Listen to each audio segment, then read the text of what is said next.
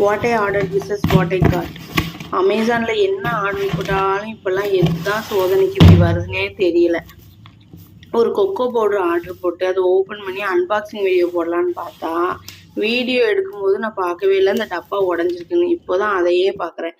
சரின்னு ஓப்பன் பண்ண ஆரம்பிச்சா பாக்கெட்லாம் கிழிஞ்சு போய் தான் வந்திருக்கு ஆல்ரெடி. அதை சரின்னு ஓப்பன் பண்ணா அங்கே ப்ராடக்ட்லாம் வெளியே கொட்டி சிந்தி போய் வந்திருக்கு. சரின்னு சொல்லிட்டு அளவுலாம் கரெக்டாக இருக்குமா, என்ன லட்சணத்தில் வந்திருக்குன்னு பார்த்தா ஏற்கனவே அவன் 900 கிராம் தான் மென்ஷன் பண்ணியிருக்கான். அதை வச்சு பார்த்தா 870 தான் இருக்கு.